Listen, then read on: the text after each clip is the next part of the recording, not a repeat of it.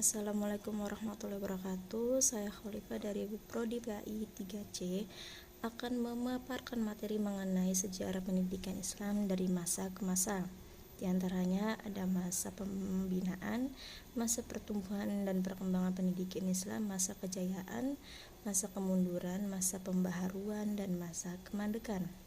Yang pertama yaitu masa pembinaan.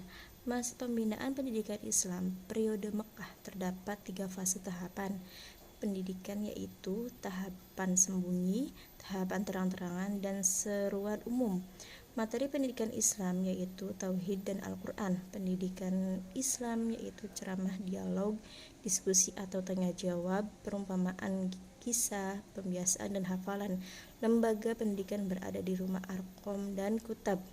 Masa pembinaan pendidikan Islam periode Madinah, Rasulullah melakukan aktivitas yaitu mendirikan masjid dan membentuk negara Madinah. Materi pendidikan Islam yaitu dengan memperdalam dan memperluas materi yang pernah diajarkan di Makkah, ketertiban sosial, ekonomi, politik, dan kesejahteraan umat. Lembaga pendidikan Islam yaitu masjid dan sufah. Yang kedua yaitu masa pertumbuhan dan perkembangan pendidikan Islam. Pada masa pertumbuhan dan perkembangannya juga pada masa-masa berikutnya mempunyai dua sasaran, yaitu generasi muda dan penyampaian ajaran Islam dan usaha internalisasinya dalam masyarakat bangsa yang baru menerimanya. Sasaran pembudayaan Islam tersebut bukan hanya mewariskan kepada generasi muda saja, tetapi juga meluaskan jangkauan penetrasi budaya Islami kepada budaya umat, tapi juga meluaskan jangkauan penetrasi budaya Islami kepada bangsa-bangsa di luar negeri Arab tersebut sudah dirintis pula oleh Nabi Muhammad SAW melalui pengiriman utusan-utusan untuk menyampaikan ajaran menerima Islam kepada para raja dan penguasa di sekitar Arab. Dan tugas ini merupakan warisan ajaran Islami yang harus ditunaikan oleh umat Islam. Yang ketiga yaitu masa kejayaan. Kejayaan pendidikan Islam dimulai dengan perkembangan lembaga-lembaga pendidikan Islam non-formal, diantaranya kutab, pendidikan rendah di istana, tokoh-tokoh kitab, rumah para ulama, majelis atau salon kesusastraan, badiah atau padang pasir, dusun tempat tinggal badui, rumah sakit, perpustakaan, masjid, dan ribat. Di antara faktor-faktor yang menyebabkan berdirinya sekolah-sekolah kholaqoh atau lingkaran untuk mengajarkan berbagai ilmu pengetahuan, berkembang luasnya ilmu pengetahuan baik mengenal agama maupun umum, maka diperlukan semakin banyak kholaqoh atau lingkaran pengajaran yang tidak mungkin keseluruhan tertampung dalam ruang masjid. Dalam puncak kemajuan ilmu dan budaya Islam, terjadi asimilisasi budaya di antara budaya Islam dan budaya luar, sehingga muncullah berbagai ilmu, di antaranya matematika, fisika, kimia, dan masih banyak lainnya. Masa kemunduran. Islam pernah mencatat pencapaian sains dan teknologi yang sangat mencengangkan.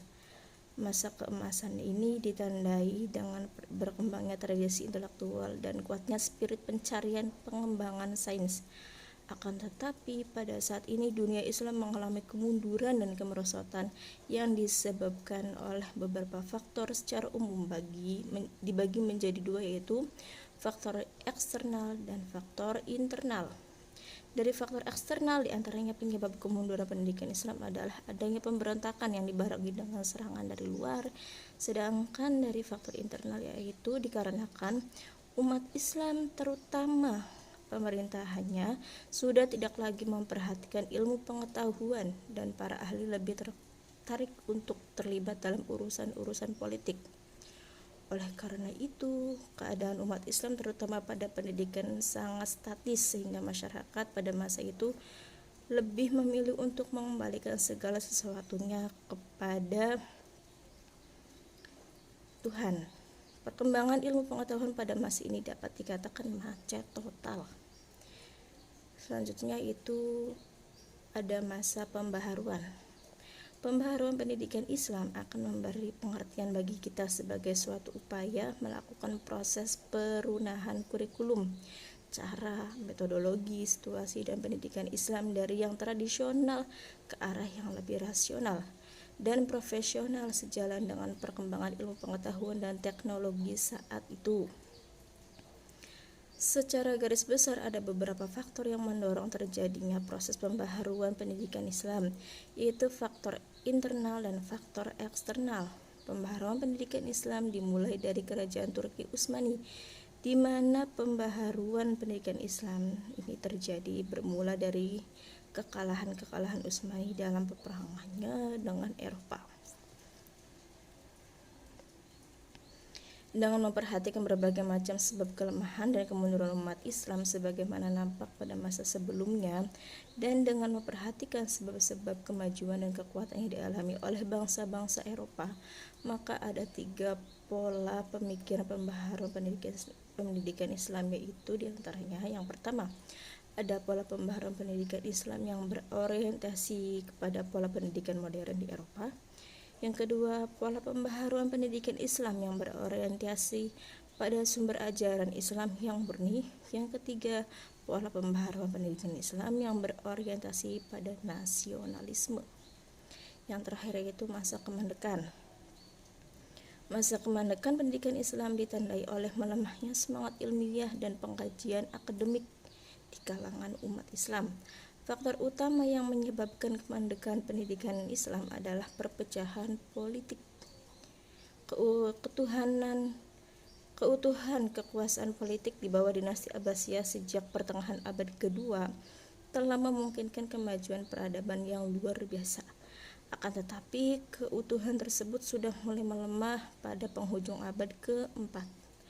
Kemandekan mengubah secara drastis karakteristik pendidikan Islam dari keadaannya pada masa kejayaan. Sejumlah karakteristik utama di masa kejayaan hilang dan digantikan oleh karakteristik yang berlawanan. Sekian materi dari saya, kurang lebihnya mohon maaf. Terima kasih. Assalamualaikum warahmatullahi wabarakatuh.